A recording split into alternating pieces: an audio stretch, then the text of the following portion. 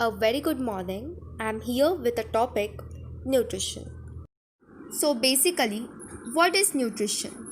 Nutrition is a process of intake of nutrients like carbohydrates, fats, minerals, proteins, vitamins, and water by an organism as well as utilization of these nutrients by the organisms. It helps us in our growth and provide us energy. It is very essential for our growth. So, there are two types of nutrition: autotrophic nutrition and heterotrophic nutrition. Let's start with autotrophic nutrition. See, there are two words, auto and trophic. Auto means self and trophic means nutrition. When we combine these two words, we get a one word that is self-nutrition.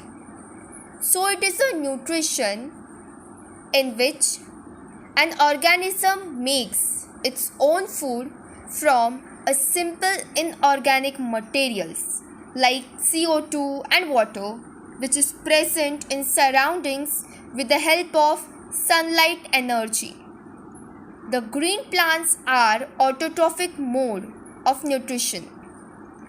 Example, all green plants are autotrophs as they synthesize and make their food by themselves. Heterotrophic nutrition. The word hetero means others and word troph means nutrition. When we combine these two words, we get a sentence that heterotrophic nutrition is that which is obtained from others. It is that mode of nutrition in which an organism cannot make its own food. It is dependent on other organisms for its food. All the animals have heterotrophic mode of nutrition. Example, human beings. We all are dependent on plants. Heterotrophic organism can obtain its food from other organism in three ways that are as follow: saprotrophic nutrition, parasitic nutrition and holozoic. So, what is saprotrophic nutrition?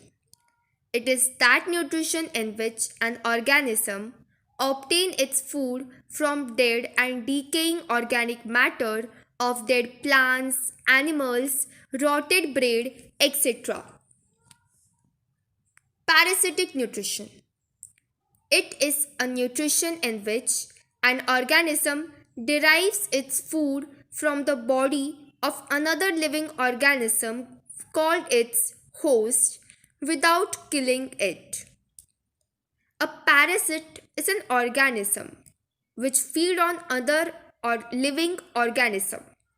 Example, it is observed in several fungi, bacteria, a few plants like cascata, and some animals like plasmodium and roundworms.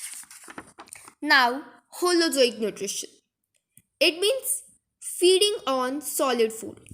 It is that nutrition in which an organism takes the complex organic food material into its body by the process of ingestion.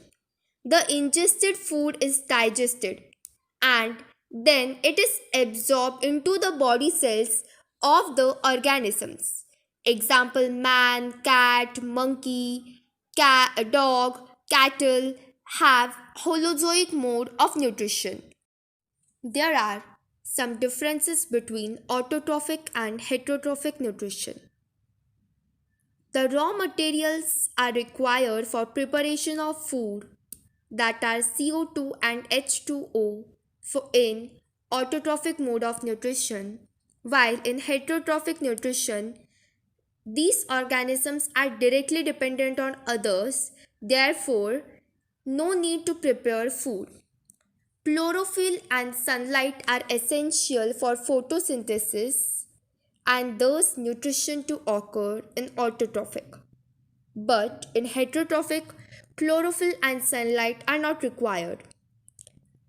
Examples: All green plants are autotrophic mode of nutrition, and all humans, animals, etc. are dependent. It means they are heterotrophic mode of nutrition.